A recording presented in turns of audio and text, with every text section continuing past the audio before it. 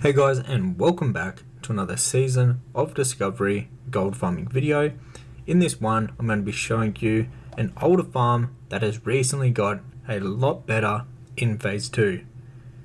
So what we're going to be farming for, and the farm we're going to be doing, is the dark iron ordnance farm.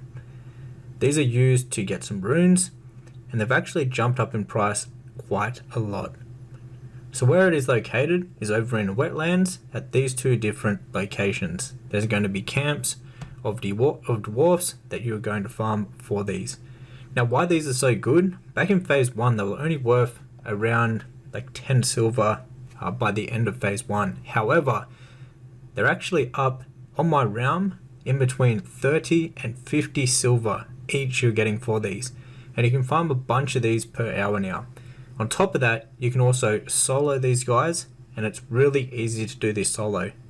So what I'll do is I'll show you a clip in a second here of doing it solo. So if you can't get a group together, you can actually do it solo. So here's the clip of me doing it solo. They're very easy to solo, and you could probably solo them on any single class. They have around 3.4k health, so they're pretty easy to actually kill on a level 40. However, you don't actually need to do this solo to get more gold, because how it works is if you're even in a group or a raid, you still get the same drop chance for the dark iron ordnance. So you might as well group up. What I found the best thing to do is get maybe 1 or 2 other level 40s, a healer, and a few DPS, and AoE farm these guys. So at the moment we're just messing around, we're helping this guy do the quest because he was nearby. We might as well help him out, but we're doing this solo with just me off healing as a mage and then a rep paladin, and we're doing this really efficiently. But the best way to do this would be to get a group of AoE classes, so maybe a group of mages, like say 5 mages or level 40, and what you could do is you could pull this whole area at once and you could AoE farm these guys really efficiently, and you can make a lot of gold per hour by doing that. Or you could go ahead, say you want to do it with 5 protection paladins, and they all use their AoE abilities, or hunters, or a mixture of all of the different classes I just mentioned. Something with some good AoE, where you can pull a whole heap of these guys, and you can AoE them down. Once you clear one side, so one camp, so for an example, we're at the top camp at the moment. Once you'd clear all of this, you'd go back down to the other camp, and then you'd go ahead and clear that camp. So this is the second camp, which is down the bottom.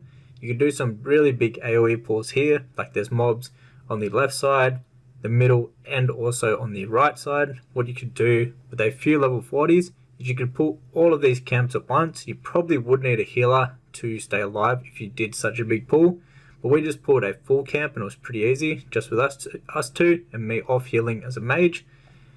But if you had a few more classes and a few more people, what you could do is you could do some massive AoE pulls here, and you could get a lot of kills per hour.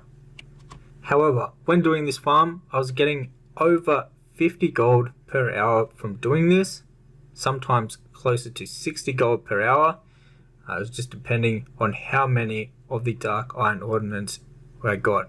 Because you're not going to make too much of the BOEs anymore. They're only going to be worth like a couple gold each. There is a couple recipes that drop from these guys that can sell for a decent amount of gold.